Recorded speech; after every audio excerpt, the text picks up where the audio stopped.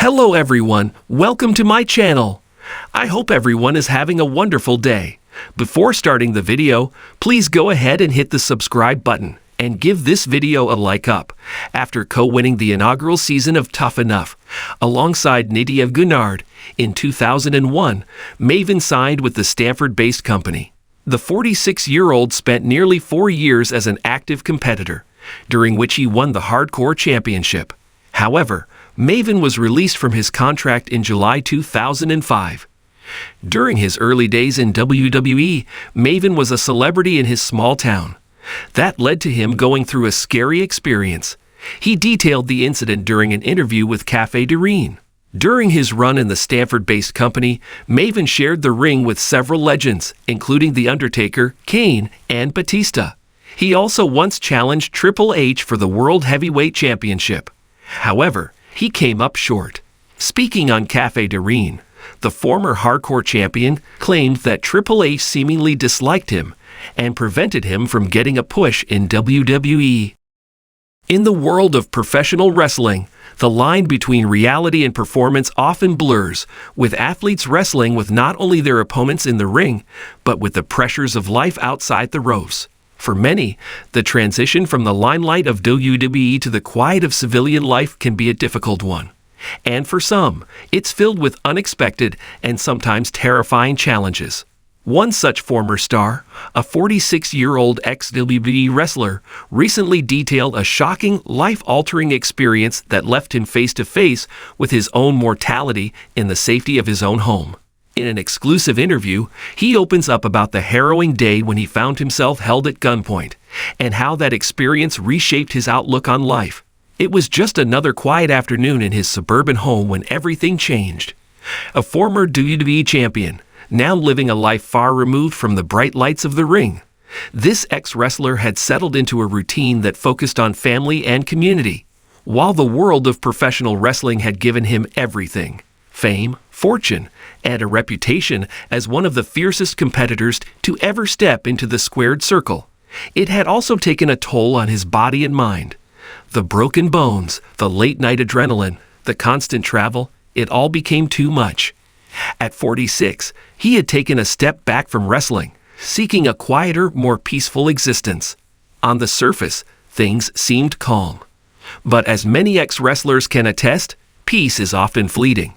I was just enjoying some time with my kids, playing games in the living room, when I heard a knock at the door, he recalls, his voice steady but with a hint of tension, as though the memory is still fresh.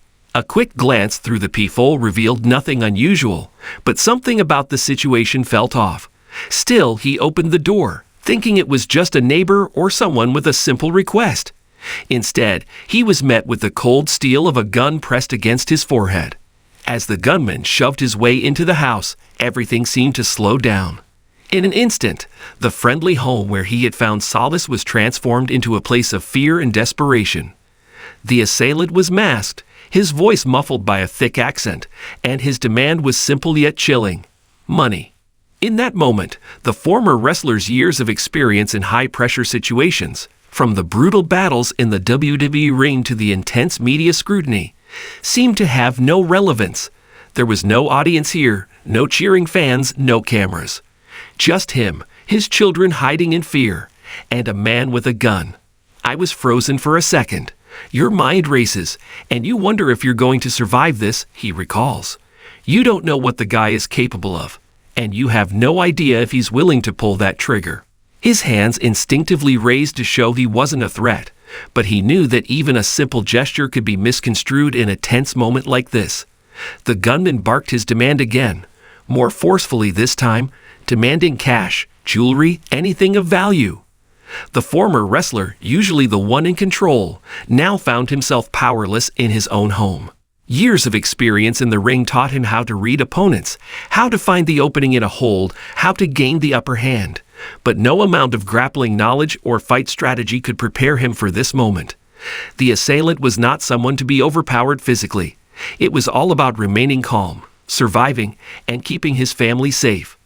I kept thinking, don't panic. Don't let him see you sweat. In wrestling, you train yourself to take the hits, to keep moving no matter what. But this was different. This was real, he explains.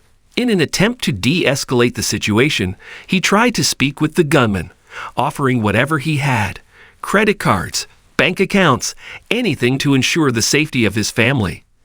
I remember telling him that there was a safe, that I had money in there, he recalls. But I also realized I was giving him the keys to my life, the safe code. It was a strange feeling, offering up everything I had just to stay alive. The tension in the house was palpable. The sound of his children, terrified and huddled in a corner, echoed in his mind. But there was no time to console them, no time to show them that everything would be okay. All he could do was try to survive and keep his children safe. After what seemed like an eternity, the gunman ordered him to the floor, handcuffing him to a chair while he ransacked the house for valuables. The former wrestler, now helpless, felt the sinking realization that the man holding him hostage might not be after money at all. In that moment, the thought crossed his mind. What if the gunman didn't just want money? What if his life, his family's life, was forfeit now? What if he wasn't walking out of this house alive? Somewhere inside, I was bracing myself for the worst, he admits. You start to question everything: your life, your choices, your time in the ring. All of it. It's like nothing matters when you're facing the barrel of a gun.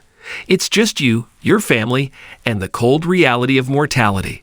But as quickly as the terror had arrived, it subsided.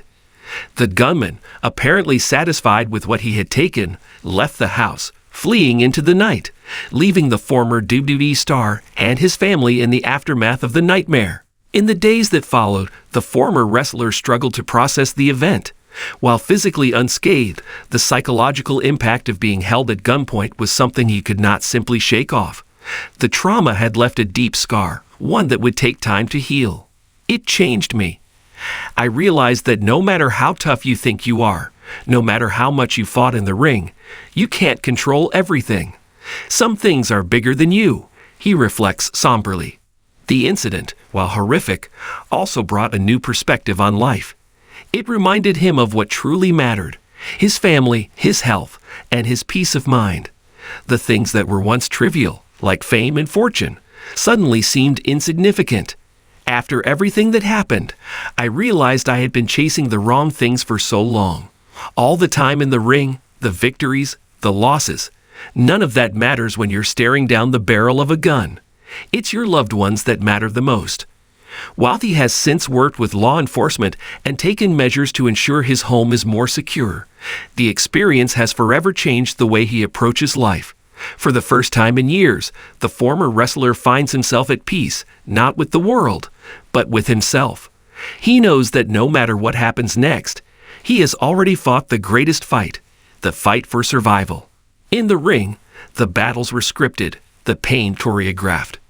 But that day, in a living room of his own home, it was as real as it gets.